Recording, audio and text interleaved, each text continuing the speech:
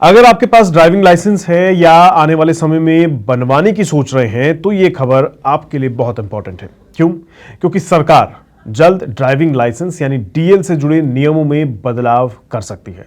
ऐसा बदलाव जिससे बार बार लाइसेंस रिन्यू कराने की झंझट खत्म हो सकती है, आरटीओ के चक्कर घट सकते हैं और यहां तक कि गाड़ी बेचने या ट्रांसफर करने की जो पूरी प्रक्रिया है वो ऑनलाइन हो सकती है। यानी आने वाले टाइम में ट्रांसपोर्ट से जुड़े कई काम पहले से काफी आसान हो सकते हैं। तो क्या होने वाला है, चलिए मैं बताता हूं आपको।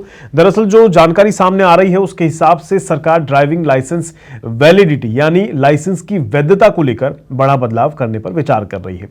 अभी प्राइवेट ड्राइविंग लाइसेंस आमतौर पर 20 साल के लिए या एक तय उम्र तक वैलिड होता है, लेकिन सरकार इस नियम को बदलकर लाइसेंस को सीधा 50 साल की उम्र तक वैलिड करने पर विचार कर रही है। ऐसे विकल्प पर गौर किया जा रहा है। मतलब अगर यह नियम लागू होता है तो लोगों को बार बार लाइसेंस रिन्यू कराने की जरूरत लगभग खत्म हो जाएगी। हालांकि अभी ये सिर्फ प्रपोजल स्टेज पर है, यानी सरकार ने इस पर अंतिम फैसला नहीं लिया है।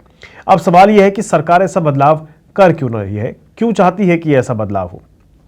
आम इंसान के तौर पर हम कहें, हमारे लिए देखा जाए तो ये एक अच्छी बात है, हमें बार बार इस सिरदर्दी से जूझना नहीं पड़ेगा। लेकिन सरकार किस लिहाज से ये सोच रही है? इसकी सबसे बड़ी वजह है लोगों की सुविधा।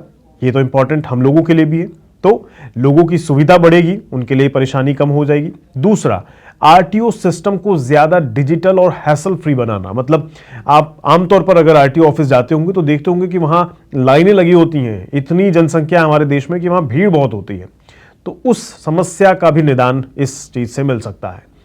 आज की तारीख में अगर आप देखें तो हर साल लगभग 1.5 करोड़ से लेकर 2 करोड़ ड्राइविंग लाइसेंस बनते हैं। मतलब रोजाना 50,000 के आसपास लाइसेंस बनाए जाते हैं, जिसमें नए लाइसेंस से लेकर रिन्यूअल, डुप्लीकेट, कैटेगरी वगैरह एडिशन, इसमें ऐड ऑन करने का आप नाम पता कुछ बदलवा रहे हो, सब कुछ शामिल है। तो जाहिर तौर पर ये काफी अच्छा कदम होगा सबके लिए, गवर्नमेंट के लिए भी, आरटीओ ऑफिस के लिए भी और आम लोगों के लिए भी। क्योंकि अभी कई लोगों को लाइसेंस रिन्यूअल, ओनरशिप ट्रांसफर और परमिट रिन्यूअल जैसे कामों के लिए रीजनल ट्रांसपोर्ट ऑफिस यानी आरटीओ के कई चक्कर लगाने पड़ते हैं। कई बार पेपर वर्क, वेरिफिकेशन और डिलेज लोगों के लिए बड़ी परेशानी बनते हैं। तो सरकार अब इन प्रोसेस को आसान और ऑनलाइन बनाने पर ज्यादा जोर दे रही है ताकि लोगों का समय बचे और सिस्टम ज्यादा ट्रांसपेरेंट बन सके। इस मुद्दे का दूसरा एक बड़ा हिस्सा भी है जो कि है व्हीकल ओनरशिप ट्रांसफर से जुड़ा हुआ। यानी अगर आप अपनी गाड़ी बेचते हैं, पुरानी गाड़ी, सेकेंड हैंड गाड़ी अगर बेचना चाहते हैं तो ओनरशिप ट्रांसफर की प्रक्रिया भी अब जल्द पूरी तरह से ऑनलाइन हो सकती है। अभी कई जगहों पर व्हीकल ट्रांसफर के लिए डॉक्यूमेंट्स जमा कराने होते हैं, वेरिफिकेशन होता है और फिजिकल विजिट की भी जरूरत पड़ती है। लेकिन सरकार इसे डिजिटल प्रोसेस में बदलने की तैयारी कर रही है ताकि बायर्स और सेलर्स दोनों आसानी से ऑनलाइन ट्रांसफर कर सकें। इसका मतलब यह हुआ कि यूज्ड व्हीकल मार्केट में पेपरवर्क और डिलेज काफी कम हो सकते हैं। इसके अलावा परमिट रिन्यूअल प्रोसेस को भी आसान और डिजिटल बनाने की तैयारी चल रही है। कमर्शियल व्हीकल्स ऑपरेटर्स को परमिट रिन्यू कराने में अक्सर काफी समय और पेपरवर्क का सामना करना पड़ता है।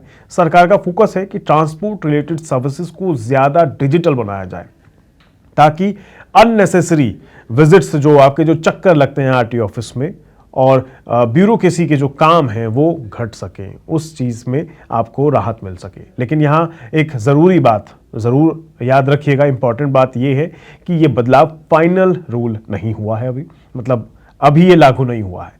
सिर्फ सरकार प्रपोजल और डिस्कशन वाले स्तर पर अभी पहुंची है। ऑप्शन के तौर पर इन पर विचार किया जा रहा है। जैसे ये लागू होते हैं आप तक मैं ये चीज़ें सामने ज़रूर लेकर आऊँगा। यानी अभी आपके ड्राइविंग लाइसेंस की वैलिडिटी या व्हीकल ट्रांसफ़र प्रोसेस में कोई तत्काल बदलाव लागू नहीं हुआ है। जब तक ऑफिशियल नोटिफिकेशन नहीं आता, मौजूदा नियम ही लागू रहेंगे। ऐसी और जानकारी के लिए हमें सब्सक्राइब करना मत भूलिएगा। आज के लिए इतना ही, दीजिए इजाज़त। नमस्कार।